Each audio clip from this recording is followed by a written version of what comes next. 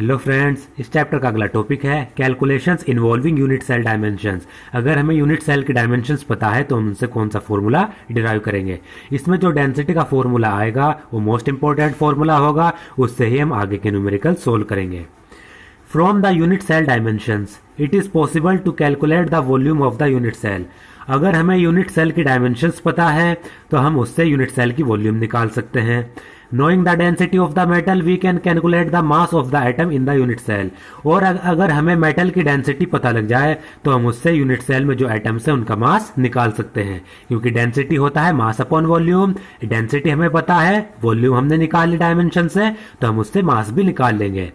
The determination of the mass of a single atom use an accurate method of determination of Avogadro constant। और अगर किसी भी single atom का मास पता लग जाए, उसको डिटरमाइन कर दिया जाए, तो उससे एवोगाड्रो कांस्टेंट को डिटरमाइन करने का एक्यूरेट मेथड मिल जाता है। अब देखिए कैसे है।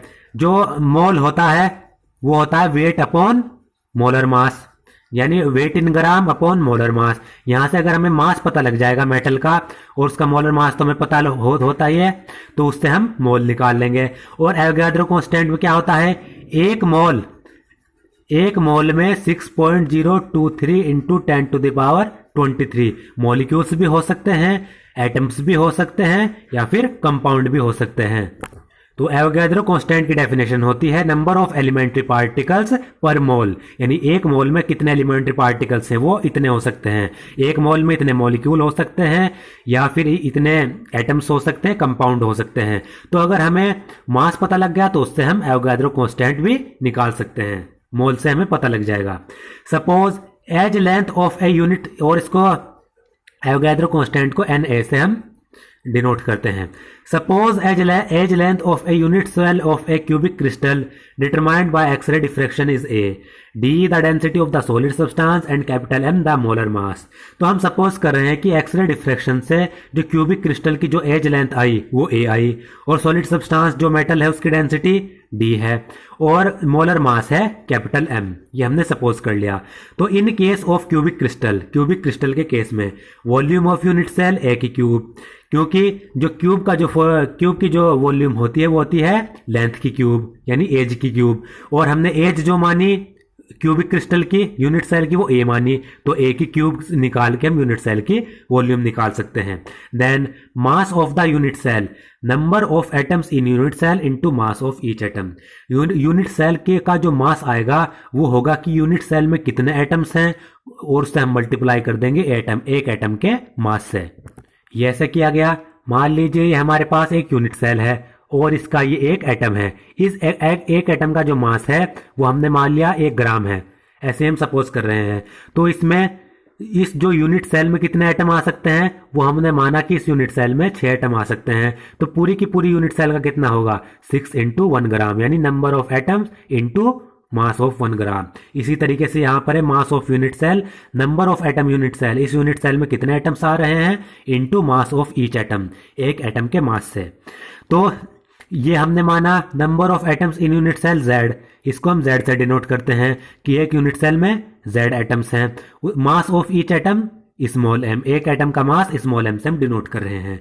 Here Z is the number of atom present in one unit cell and m is the mass of single atom। Then mass of an atom present in the unit cell। तो हम एक unit cell में जो atom होगा उसका मास हम कैसे निकालेंगे। तो यूनिट सेल में एक सिंगल एटम का मास निकालने के लिए हम मोलर मास को एवोगाड्रो कांस्टेंट से डिवाइड कर देंगे। ये इंपॉर्टेंट है।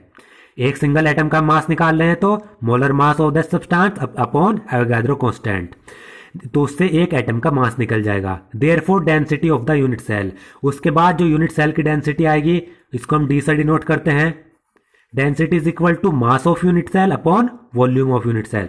डेंसिटी का फार्मूला होता है मास अपॉन वॉल्यूम, तो पूरी यूनिट सेल का मास अपॉन पूरी यूनिट सेल की वॉल्यूम। तो पूरी यूनिट सेल का मास हमने क्या निकाला था, Z into M, Z into small m। और जो वॉल्यूम निकाली थी यूनिट सेल की वो थी A की क्यूब। अब यहां पर देखिए हम स्मॉल m को क्या लिख सकते हैं, कैपिटल M अपॉन Na। तो इसकी स्मॉल m की जगह पर हमने ये रख दिया Z इंटू, यहां पर हमने लिख दिया कैपिटल M अपॉन Na, नीचे आ जाएगा। तो स्मॉल m की जगह पर हमने ये रख दिया, A की क्यूब तो पहले से था। तो डेंसिटी का जो फॉर्मूला आ गया वो आ गया Z इंटू मोलर मास यानी number of atoms into molar mass upon A की क्यूब यानी एज की cube into N A Avogadro constant. ये जो फॉर्मूला आया ये मोस्ट इंपॉर्टेंट फॉर्मूला आया, इससे ही सारे न्यूमेरिकल्स हो जाएंगे। इस टॉपिक में हमें ये फॉर्मूला याद रखना है और दूसरा ये रखना है ये वाला formula. Remember the density of the unit cell is the same as the density of the substance. और जो यूनिट सेल की जो डेंसिटी आएगी और जो सब्सटेंस की डेंसिटी होगी वो दोनों सेम होगी, क्योंकि डेंसिटी सेम रहती है। The density of the solid can also be determined by other methods. इसमें जो सेम इसलिए आई क्योंकि जो यूनिट सेल है वो भी सब्सटेंस से मिलकर बनी है और किसी भी एक पॉइंट पर जो डेंसिटी रहती है वो हमेशा सेम रहती है। तो जो सॉलिड की जो डेंसिटी आई वो उसको दूसरे मेथड से भी हम डिटरमाइन कर सकते हैं। आउट ऑफ द 5 पैरामीटर, हमारे पास 5 पैरामीटर है, density, atomic number, molar mass, side की क्यूब यानी एज लेंथ और एवोगाद्रो कांस्टेंट। इन 5 मेरे पैरामीटर में से अगर हमारे पास 4 वैल्यू हो तो हम 5 भी डिटरमाइन कर सकते हैं। जैसे हमारे पास डेंसिटी हमें निकालनी है तो ये 4 हमें गिवन होगी, डेंसिटी हम इनका चारों का इस्तेमाल करके निकाल सकते हैं।